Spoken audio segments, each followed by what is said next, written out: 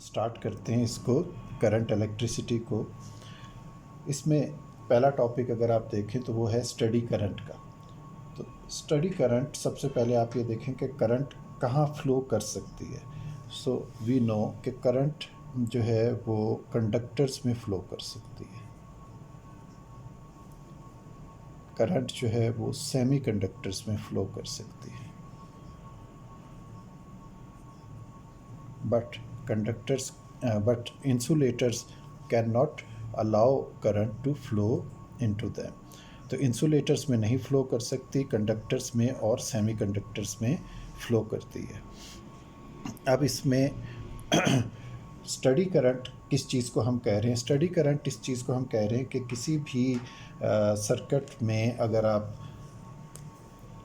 एक कंडक्टर को देखते हैं जिसकी कंस्ट्रक्शन सिंपल सी ये होती है कि कंडक्टर जो है वो आमतौर पे मेटल्स होती हैं और मेटल्स के आखिरी शेल के जो इलेक्ट्रॉन्स हैं वो फ्री होते हैं। जब वो फ्री होते हैं तो उसकी वजह से करंट का फ्लो डेवलप होता है। तो हम ये सर्किट एक सिंपल सा ऐसे बना लेते हैं कि पॉजिटिव और negative terminals,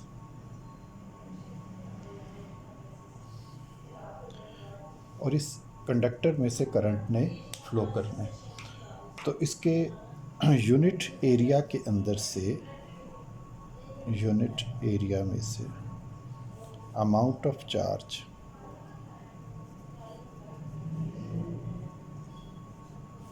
per unit time जितनी भी फ्लो करेगी दैट इज़ कॉल्ड करंट। सो हम कह सकते हैं कि इलेक्ट्रिक करंट की डेफिनेशन क्या हुई? Amount of charge flowing per unit time or per second through a selected unit area is called electric current. Electric current को I से हम डिनोट करते हैं और चार्ज को आपको पता है हम Q से और टाइम को T से। तो इसकी यूनिट बन जाती है कूलम पर सेकंड और साइंटिस्ट की ऑनर में एम्पेयर इसकी यूनिट बनती है। तो अब 1 एम्पेयर करंट कितनी होगी? अगर किसी यूनिट एरिया से 1 कूलम चार्ज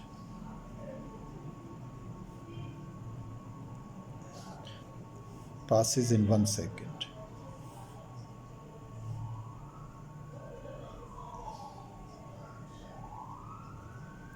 तो इसको हम 1 एम्पेयर करंट कहेंगे। 1 ampere current is 1 coulomb charge passes in 1 second through a conductor और unit area of the conductor. तो अब स्टडी करंट और ये चीज़ें जब उस वक्त तक आपके को कॉन्सेप्ट नहीं देंगी जब तक कि हम प्रॉपरली आगे की चीज़ों को थोड़ा सा और पढ़ नहीं आते। अब इसमें इन्होंने इसको करंट की जो मिली एम्पेयर और माइक्रो एम्पेयर इनको भी लिखा हुआ है, यानी अगर छोटी अमाउंट में करंट को यूज़ करें तो वो मिली एम्पेयर और माइक्रो एम्पेयर में करते हैं। इसको दोबारा थोड़ा सा हम वापस आके टच करेंगे, लेकिन उससे पहले हम देखते हैं कि आगे जो हेडिंग दी हुई है ड्रिफ्ट वेलोसिटी, ये क्या चीज़ है? ड्रिफ्ट का लफ्ज़ी मतलब होता है किसी चीज़ का ड्रैग करना, ड्रैगिंग किसी चीज़ की। ड्रैगिंग मीन्स जैसे उर्दू में हम कहते हैं कि कोई घिसट के चल रहा है। अब इसको समझने के लिए वापस डायग्राम के ऊपर आ जाए। डायग्राम हमें ये बताती है ऊपर कि आपने जो भी मेटल कंडक्टर लिया है तो वो सॉलिड है, ठीक है। सॉलिड की बेसिक डेफिनेशन आपने पढ़ी थी कि a solid structure is that structure in which atoms are bind together, next to next atoms एक दूसरे के साथ बिल्कुल एडजस्ट किए हुए होते हैं, लेयर्स बनी हुई होती हैं एटम्स की।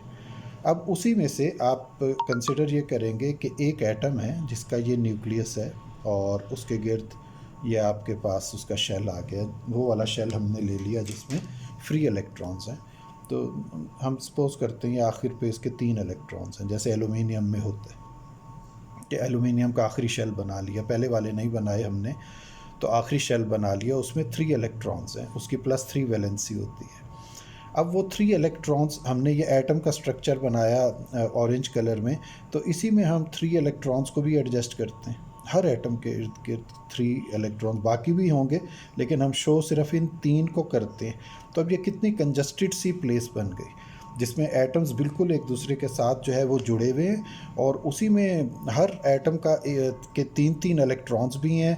वो 3-3 इलेक्ट्रॉन्स जो हैं वो क्या कर रहे हैं कि वो जाना चाह रहे हैं पॉजिटिव साइड से नेगेटिव साइड की तरफ। कन्वेंशनली जो करंट की डायरेक्शन होती है कि वो यूँ जाना चाह रहे हैं, बट एक्चुअली वो वी नो कि असल में जो करंट की डायरेक्शन होती है वो नेगेटिव से पॉजिटिव होती है।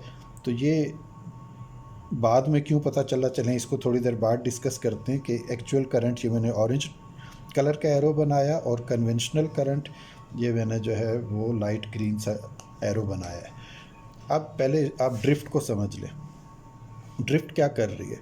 आप इस चीज़ को आप इमेजिन करें कि कोई जगह है, बहुत ज़्यादा रश है, जैसे जैम पैक ट्रैफिक होती है रोड के ऊपर, और बेशक उसमें 4-4 6-6 लेन्स भी हैं, लेकिन हर लेन में जो गाड़ियां हैं, व्हीकल्स हैं, वो बिल्कुल एक दूसरे के साथ बम्पर टू बम्पर खड़ी हुई हैं और जैम पैक हुआ हुआ है। इसमें से अब कोई गाड़ी कैसे निकल सकती है आगे, उसका कोई चांस नहीं है। तो उसी में से हम ये कहते हैं चलें गाड़ी को हम एटम समझ लेते हैं, तो इलेक्ट्रॉन छोटा समझ लेते हैं, मोटर बाइक वाले को समझ लेते हैं, तो वो उनके दरमियान में से रास्ता बना के निकल रहा हो।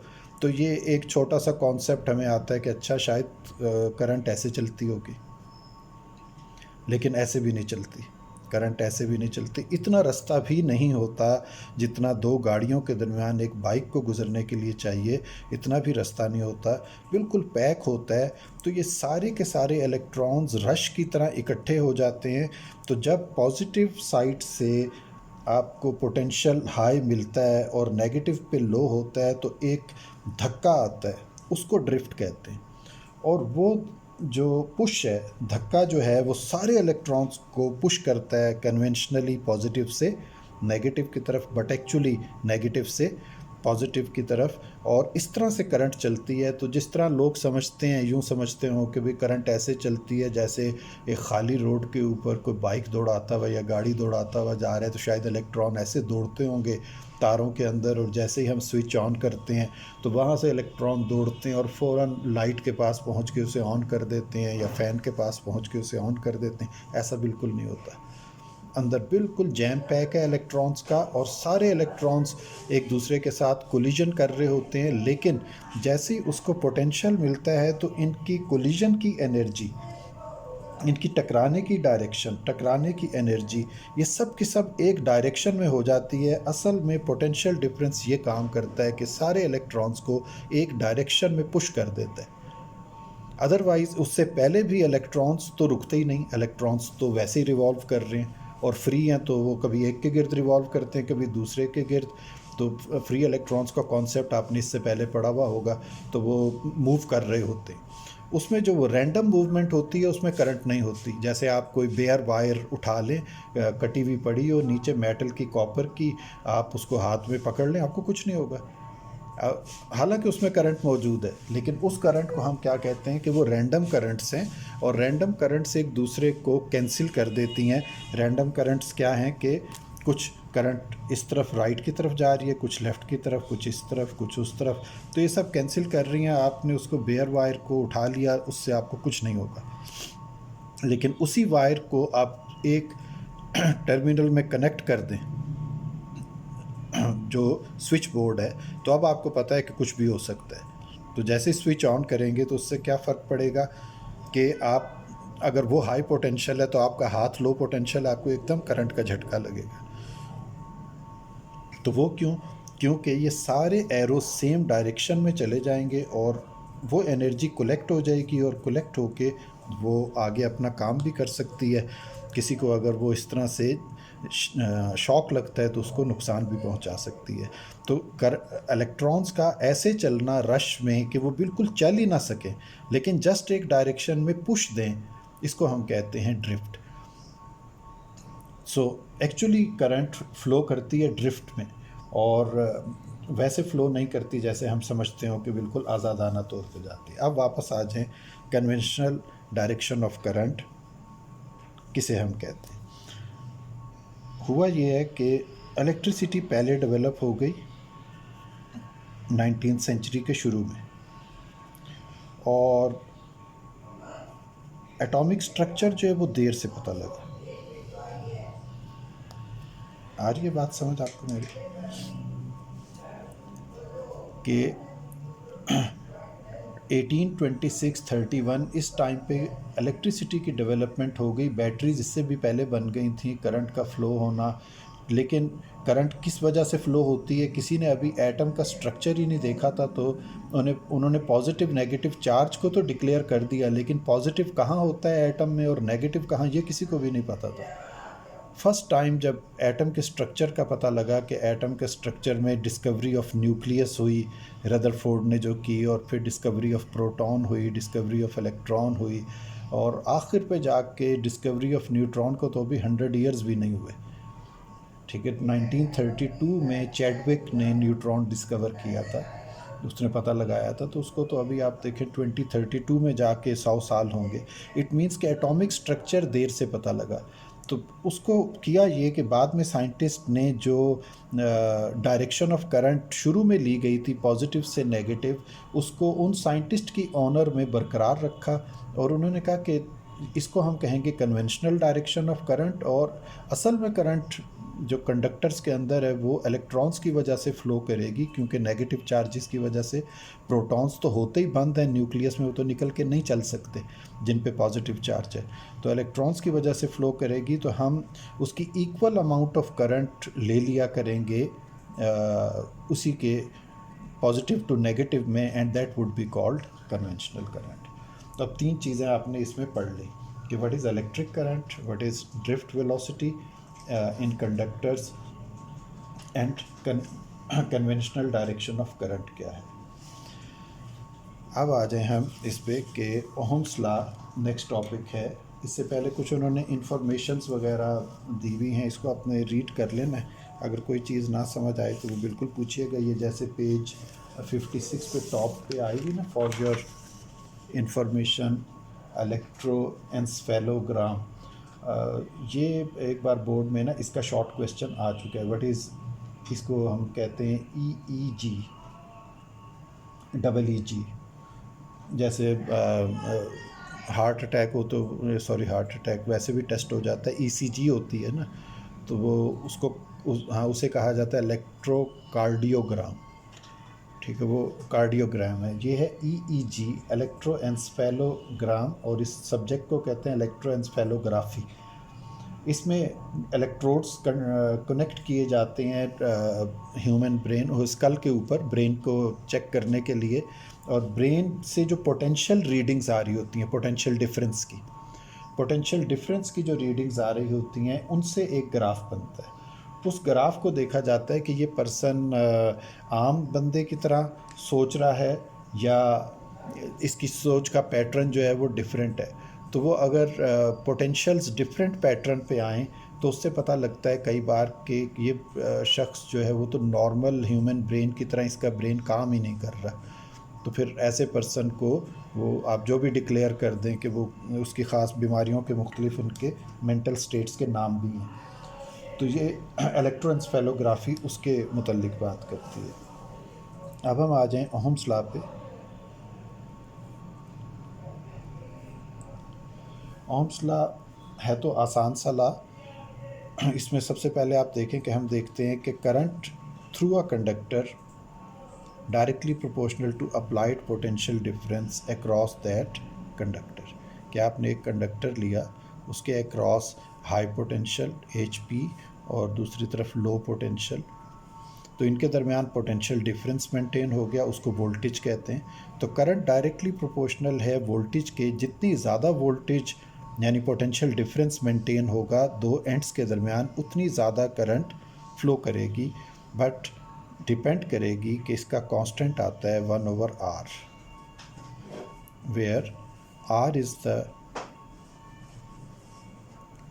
Resistance of conductor.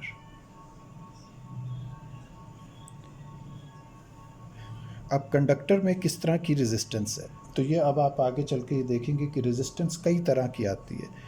कोई भी ऐसी रुकावट जो करंट को रोके वो रेजिस्टेंस ही है, ठीक है। अब उसमें फिज़िकली आके भी चीज़ को रोका जा सकता है, जैसे इलेक्ट्रॉन खुद इतनी ज़्यादा तादाद में है कि वो आपस में टकरा जाते हैं, तो ये फ़िज़िकल कोलिजन है इनका आपस में। जो वो एटम्स की बाकी जो स्ट्रक्चरल बॉडी है उसमें भी कहीं टकरा जाते हैं, क्योंकि जगह कम है, कंडक्टर के अंदर पैक टुगेदर एटम्स हैं, इसलिए ये कोलिजन्स मुख्तलिफ़ किस्म के ये सब रेजिस्टेंस में आएंगे। इसी तरह अगर कोई और रास्ता दिखा दिया जाए, इलेक्ट्रॉन्स को जाना एक रास्ते पे हो, रास्ता दूसरा दिखा दे, पोटेंशियल डिफरेंस किसी और तरफ उनकी वोल्टेज को डायरेक्ट कर दे, तो ये भी एक रेजिस्टेंस का ही तरीका है कि आप उसकी डायरेक्शन को चेंज कर दें। जैसे हम वो देखते हैं कि दो लोग आपस में लड़ रहे हैं, तो हम यही इमेजिन करते हैं समझने के लिए कि एक दूसरे को उस रास्ते पे जाने नहीं दे रहा, तो ये एक तरीका है कि वो लड़ रहे हैं और फिज़िकली एक दूसरे को रोक रहे हैं, तो ये रेजिस्टेंस का एक तरीका। एक दूसरा तरीका ये है कि वो चाहता है कि ये उस रास्ते पे ना जाए, तो वो रास्ते में बैठा है, तो जब वो आता है तो उसे वो कहता है आगे ना जाना, आगे जो है वो गड़ा है, आगे जो है आग लगी हुई है, आगे कोई मसला है, आगे ये हो रहा है, मीन्स कि वो अपनी बात से उसको कह देता है, फिज़िकली नहीं रोका उसने, तो उसके इस तरह बात करने से वो रुक जाता है। तो ये भी एक मेथड है। ये मैं इसलिए एग्जांपल दे रहा हूँ कि बात करने वाला तो नहीं, लेकिन इससे मिलते जुलते मेथड आगे आएंगे जो रेजिस्टेंस ऑफ़र कर रहे होंगे। तो रेजिस्टेंस किसी भी सूरत में ऑफ़र हो सकती है। किसको ऑफ़र होगी? फ्लोइंग चार्जेस को, उनको किसी भी तरह रोका जा सकता है। तो फ्लोइंग चार्जेस के रास्ते में किसी भी रुकावट को हम रेजिस्टेंस कहेंगे। So what is resistance? Resistance is the hindrance in the flow of current.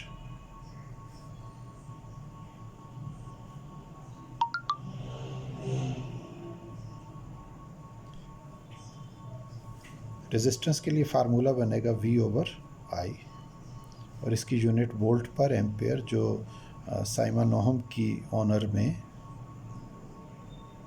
Ohm, और इसको सिंबल भी दिया उन्होंने, ओमेगा का सिंबल दिया, ये वाला। अब इसमें यहाँ तक तो ये इवन मेरा ख्याल है मैट्रिक क्लास में भी पूरा पहले इतना ओहम्स लॉ तो होता था। अब इससे आगे की चीज़ जो है वो ये है कि आपने वोल्टेज और करंट के दरमियान ग्राफ्स बनाने।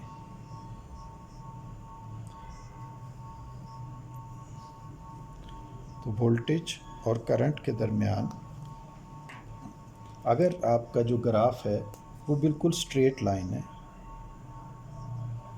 इस तरह, यानी जित वोल्टेज आप इंक्रीज़ कर रहे हैं उसी के प्रोपोर्शन में करंट इंक्रीज़ हो रही है, दोनों चीज़ों को आप प्लॉट करते हैं यूँ, और आपके पास एक स्ट्रेट लाइन आ जाती है। तो ऐसे कंडक्टर्स जिनमें स्ट्रेट लाइन आए आपके पास, उनको कहा जाता है ओहमिक कंडक्टर्स। ये ओहम्स लॉ को ओबे कर रहे हैं। और जिनमें स्ट्रेट लाइन ना आए वो नॉन ओहमिक कंडक्टर्स हैं। उनकी कुछ टाइप्स होती हैं। तो नॉन ओहमिक कंडक्टर्स में, जैसे बुक में आप देखें तो एक नेक्स्ट डायग्राम बनी है फिलामेंट बल्ब। फिलामेंट बल्ब पहले तो रेगुलरली यूज़ होते थे लाइट के, लेकिन फिर ये बाद में ट्यूब लाइट्स आ गई और एनर्जी सेवर्स आ गए और अब एलईडी बल्ब्स आ गए, तो ये टेक्नोलॉजी चेंज हो गई।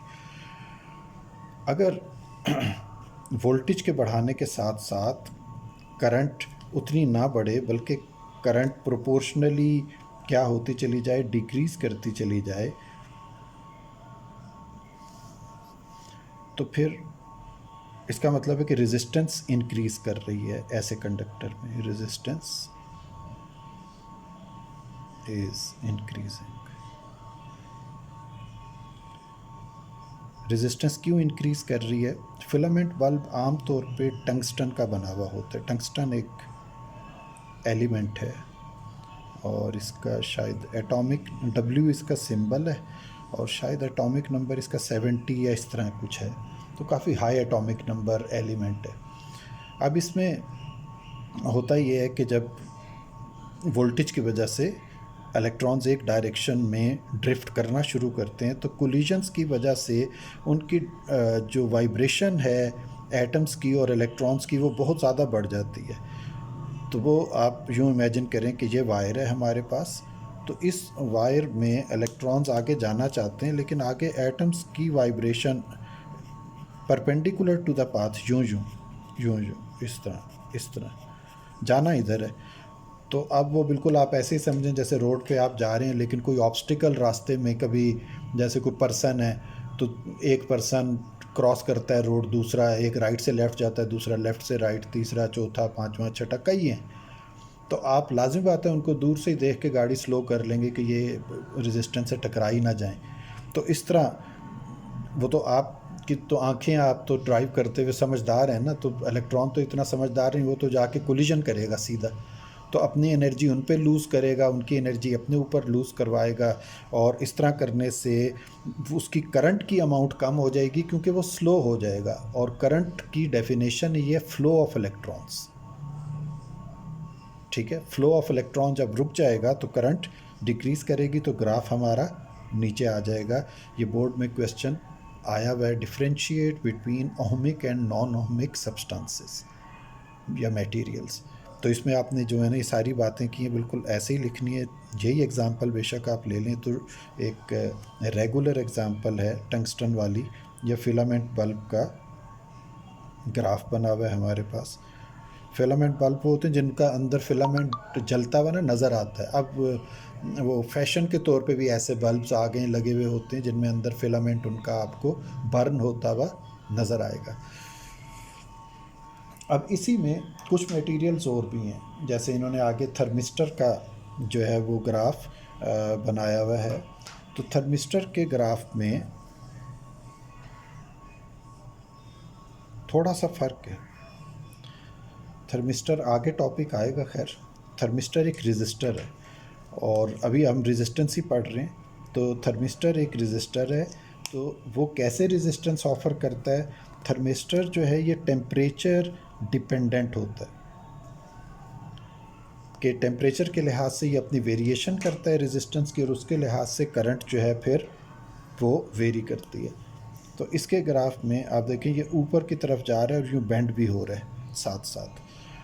तो ये किस तरह से, कई बार ये होता है कि थर्मिस्टर में एकदम करंट इंक्रीज़ कर जाती है। क्यों इंक्रीज़ कर जाती है कि उसके अंदर जो स्ट्रक्चर है वो ब्रेक कर जाता है। स्ट्रक्चर ब्रेक करता है तो बहुत सारे फ्री इलेक्ट्रॉन्स और मिल जाते हैं, उसकी वजह से करंट एकदम उसमें इंक्रीज़ आ जाती है। इसी तरह का बिहेवियर जो है वो सेमीकंडक्टर मटेरियल्स में भी होता है। तो सेमीकंडक्टर हम किन को कहते हैं, नाम लें। सिलिकॉन और जर्मेनियम, ये दो सेमीकंडक्टर मटेरियल्स हैं, सिलिकॉन और जर्मेनियम। केमिस्ट्री की आप जो पीरियोडिक टेबल है उसमें जब आप देखेंगे तो आप ये देखेंगे ये बिल्कुल दरमियान में है सिलिकॉन और जर्मेनियम ना, इनका जो ग्रुप या क्या होता है पीरियड होता है। तो वो किस वजह से कि ना ये मेटल्स में कंसिडर होते हैं और ना ये नॉन मेटल्स में कंसिडर होते हैं, क्योंकि इनका जो वैलेंस नंबर है वो 4 है। तो इनके आखिरी शेल में 4 इलेक्ट्रॉन्स होते हैं सिलिकॉन और जर्मेनियम के।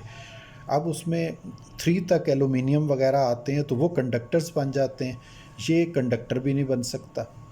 और अगर इसने फुल करने हो अपने इलेक्ट्रॉन, जैसे 8 पूरे करने, जैसे हम कहते हैं ऑक्टेट मुकम्मल करना, वो भी करने के लिए इसे 4 और चाहिए। तो ये उस तरह की पोजीशन में आम तौर पे रह रहा होता है। उसका स्ट्रक्चर हम बनाएं तो वो यूँ बनेगा सिलिकॉन का कि ये इसके 4 फ्री इलेक्ट्रॉन्स हैं।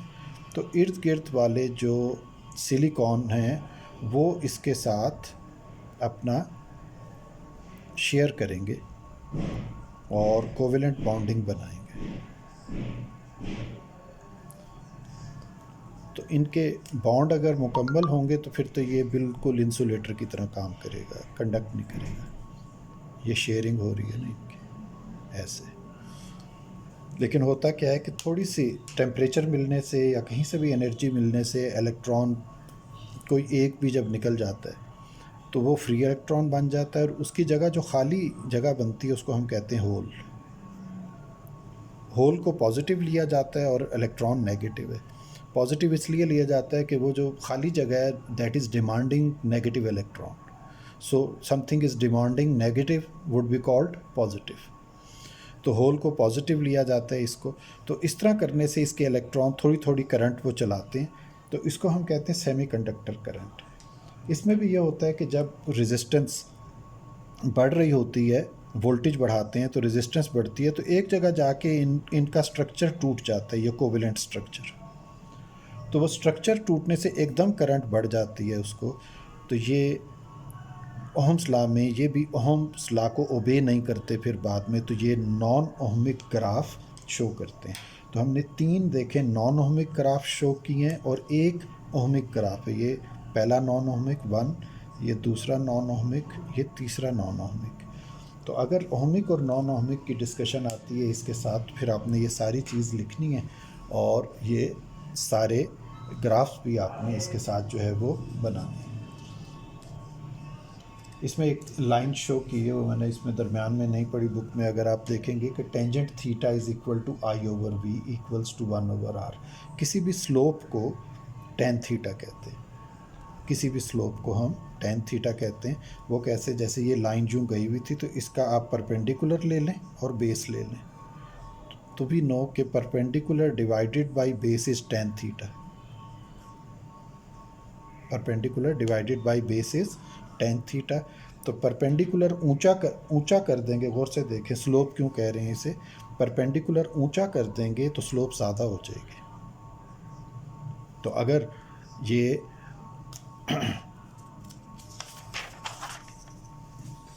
अगर हमारा ग्राफ जो है वो इस तरह का बने कि ये देखें ये है, तो ये कम स्लोप है, ये ज़्यादा स्लोप है, ये उससे ज़्यादा स्लोप है, ये उससे भी ज़्यादा स्लोप है। अब इसमें क्या बढ़ रहा है, यहाँ एंगल कम था, यहाँ थोड़ा सा ज़्यादा हो गया, यहाँ और ज़्यादा हो गया, यहाँ और ज़्यादा हो गया एंगल। सो जैसे जैसे एंगल बढ़ रहा है, स्लोप बढ़ रही है। इट मीन्स कि जैसे जैसे टेन थीटा इंक्रीज़ करेगा स्लोप इंक्रीज़ करेगी। So tan theta is equal to slope. Tan theta is also equal to sine theta over cos theta. तो हम स्लोप को sine theta over cos theta भी कह सकते हैं। ओके, अब इसको आप 1 मिनट लेके ना ओहम्स लॉ को रीड कर लें इलेक्ट्रिकल रेजिस्टेंस से पहले तक। बल्कि डू यू नो आगे वो EEL ईल फिश का भी आ रहा है ना, इसका भी क्वेश्चन आया हुआ है। तो ये 500 to 600 वोल्ट का ये शॉक देती है ना अपने शिकार को, प्रे को हिट करते हुए, तो वो एकदम अनकॉन्शियस हो जाता है ये अपने जब शिकार को पकड़ती है मछली। तो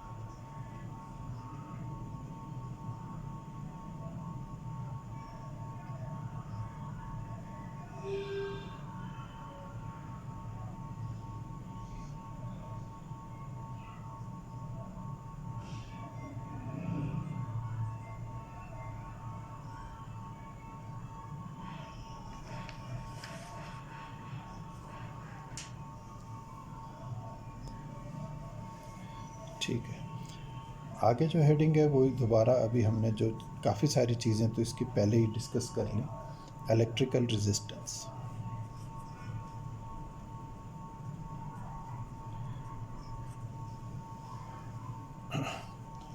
तो डेफिनेशन वही रहेगी कि रेजिस्टेंस ऑफर्ड या हिंड्रेंस ऑफर्ड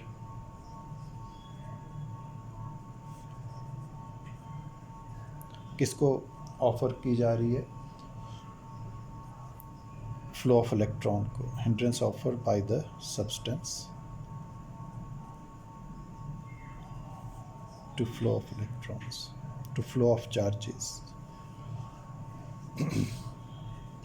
तो अब चूँकि हम कंडक्टर्स को ही ज़्यादा पढ़ रहे हैं तो कंडक्टर्स में जो चार्जेस हैं वो इलेक्ट्रॉन्स ही होंगे। हाँ, कंडक्टर से हट के कहीं करंट पड़ें, जैसे हम केमिस्ट्री में इलेक्ट्रोलिसिस का प्रोसेस करते हैं ना, तो वो एक किसी सॉल्यूशन के अंदर एक्वस सॉल्यूशन भी होता है, दूसरा भी, तो उसमें पॉजिटिव और नेगेटिव आयंस डेवलप करवा लेते हैं। तो वो करंट मुख्तलिफ है इलेक्ट्रॉनिक करंट से, क्योंकि वो जो आयंस डेवलप हुए हैं उनके साइज़ बहुत डिफरेंट हैं इलेक्ट्रॉन्स से। जैसे हम कॉपर सल्फेट को Cu डबल प्लस, ये एक आयन बन गया, SO4 डबल माइनस, ये दूसरा आयन बन गया। तो ये इनका आप साइज़ देखें, सल्फ़र ऑक्सीजन के 4 एटम, ये बहुत बड़ा एक मॉलिक्यूल है जो आयन बना हुआ है। तो अब जब ये ट्रैवल करेगा और इलेक्ट्रॉन का ट्रैवल करना, इसमें ज़मीन आसमान का फ़र्क है, तो उसकी करंट को हम नाम ही आयोनिक करंट का देते हैं। तो इसलिए बैटरीज़ को यहाँ पे अभी डिस्कस नहीं किया जा रहा, बैटरीज़ को अलग पढ़ा जाता है उसमें। हाँ, पोटेंशियल सोर्स के लिए इसमें हम यूज़ करते हैं उनको। अब आगे इसी तरह उन्होंने सिल्वर, कॉपर, एलुमिनियम, इनके नाम दिए हुए। 1 ओहम को भी डिफ़ाइन किया हुआ है कि अगर किसी कंडक्टर के अक्रॉस हम 1 वोल्ट का पोटेंशियल डिफरेंस दें और उसमें 1 एम्पेयर करंट फ्लो करे, तो इट मीन्स कि ये 1 ओहम रेजिस्टेंस रखता है। ये सब चीज़ें डिफ़ाइन करके फिर वो फैक्टर्स पे आ गए हैं। ये इसका मेन टॉपिक है कि factors upon which resistance depend. तो इसके जो फैक्टर्स हैं वो ये हैं कि रेजिस्टेंस डायरेक्टली प्रोपोर्शनल है लेंथ ऑफ द कंडक्टर के।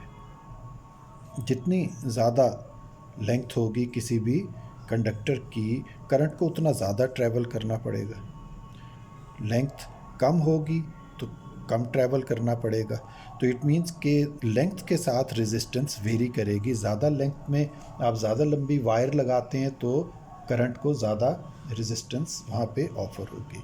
ये पहला फैक्टर है। दूसरा फैक्टर एरिया का है, उसके साथ रेजिस्टेंस इन्वर्सली प्रोपोर्शनल है। अगर किसी जगह पे एरिया ज़्यादा होगा, जैसे हम एक ये कंडक्टर हमने लिया और इसके मुकाबले पे एक ज़रा थिक कंडक्टर ले लेते हैं, तो अब इसका एरिया ज़्यादा है। तो ये बिल्कुल ऐसे ही है जैसे एक जगह पे आपकी सिंगल लेन रोड है और एक जगह पे 3 लेन रोड है।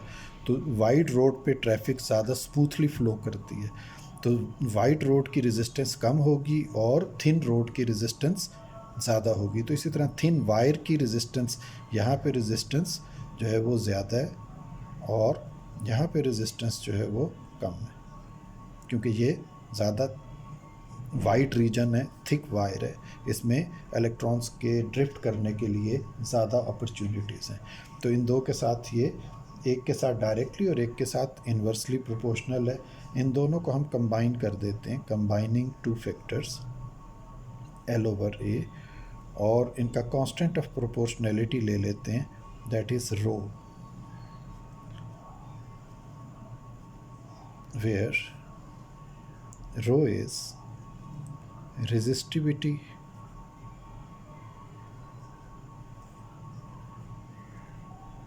of material of conductor, जिसमें से हम करंट फ्लो करवाना चाह रहे थे उस मटेरियल को देखना पड़ेगा। मटेरियल कॉपर है, मटेरियल सिल्वर है, मटेरियल एलुमिनियम है, गोल्ड है, जो भी चीज़ है, तो वो मटेरियल के साथ रेजिस्टिविटी जो है वो वेरी करेगी। इट मींस कि इसका ताल्लुक जो है वो स्ट्रक्चर के साथ है, एटॉमिक स्ट्रक्चर के साथ। जैसे गोल्ड का एटॉमिक स्ट्रक्चर डिफरेंट होगा, कॉपर का डिफरेंट होगा, टिन का डिफरेंट होगा, सिल्वर का डिफरेंट होगा। तो अगले पेज पे आप देखें तो इसकी वैल्यूज़ भी लिखी हुई हैं रेजिस्टिविटी की मेटल्स के साथ। जैसे कॉपर की है 0.0178 माइक्रो ओहम मीटर, वो यूनिट इसकी खैर अभी हम बना लेते हैं। एलुमिनियम की, टिन की, सिल्वर की यूँ लिखी हुई हैं। इसको डिफ़ाइन हम यूँ करेंगे कि इसको कहा जाता है, रेजिस्टिविटी को डिफ़ाइन हम करते हैं स्पेसिफिक रेजिस्टेंस, मखसूस specific resistance of a certain material, जो क्या करती है कि रेजिस्टेंस ऑफर करती है अपनी 1 मीटर लेंथ के ऊपर, कि 1 मीटर लेंथ पे वो कितनी रेजिस्टेंस ऑफर कर रही है, जबकि उसका क्रॉस सेक्शनल एरिया भी 1 स्क्वायर मीटर है। 1 मीटर लेंथ के ऊपर एरिया 1 स्क्वायर मीटर। कोई मटेरियल आप ऐसा ले लें जिसमें ये दो चीज़ें हों, तो वहाँ कितनी रेजिस्टेंस ऑफर हो रही है, इसको हम कहेंगे रेजिस्टिविटी। तो अब इसकी हम यूनिट को अलग कर लें। तो R is equal to rho L by A, ये फार्मूला बना था। तो रो को अलग कर लें, rho is equal to AR by L। तो अब इसकी यूनिट बनाए तो मीटर स्क्वायर इनटू रेजिस्टेंस की ओहम और नीचे मीटर लेंथ की, तो मीटर मीटर से कैंसिल, तो मीटर ओहम या ओहम मीटर ऐसे लिखते हैं, ऐसे लिखते हैं ओहम मीटर। ये यूनिट है रेजिस्टिविटी के। So unit of resistivity is ohm metre. इसका रेसिप्रोकल होती है कंडक्टेंस, ठीक है, सॉरी कंडक्टिविटी। कंडक्टेंस रेसिप्रोकल है रेजिस्टेंस का, तो इसका रेसिप्रोकल होती है कंडक्टिविटी। वो आगे जाके अगले पेज पे लिखा है, उसको सिग्मा से इन्होंने डिनोट किया 1/रो। तो उसकी यूनिट क्या होगी, उसकी यूनिट इससे ऑपोजिट होगी, ओहम मीटर ब्रैकेट डाल के होल इनवर्स। ये कंडक्टिविटी है। इसी तरह कंडक्टेंस को इन्होंने नाम दिया है कैपिटल G का, तो ये रेजिस्टेंस का ऑपोजिट है। रेजिस्टेंस होती है किसी कंडक्टर में इलेक्ट्रॉन के फ़्लो को रोकने की सलाहियत, कितना रोक सकता है। तो इसका ऑपोजिट क्या होगा, किसी कंडक्टर में इलेक्ट्रॉन को फ़्लो करवाने की सलाहियत कितनी है, तो वो कंडक्टेंस होगी। तो रेजिस्टेंस की यूनिट होती है ओहम, तो कंडक्टेंस की होगी ओहम इनवर्स। ओहम इनवर्स कहते हैं, या इसके लफ्ज़ को उल्टा कर देते हैं, ओहम को उल्टा लिखते हैं, देखें ऐसे MHO। तो ये मुख्तलिफ़ बुक्स में खैर जो भी यूज़ होती रही चीज़ें इसमें ना, तो ये छोटी छोटी चीज़ें। अब हम आखिर पे फिर इसका ये नेक्स्ट हम करेंगे इसका इफ़ेक्ट ऑफ टेम्परेचर वाला टॉपिक। ये चूँकि आगे कनेक्ट होगा मुख्तलिफ़ और चीज़ों के साथ, और ये रेजिस्टेंस की आपके टॉपिक्स जो है ना इसमें चलते चले जाएंगे। इसमें मुख्तलिफ़ अब डिवाइसेस बनेंगी रेजिस्टेंस से, वो रेजिस्टेंस को कंट्रोल, करंट को कंट्रोल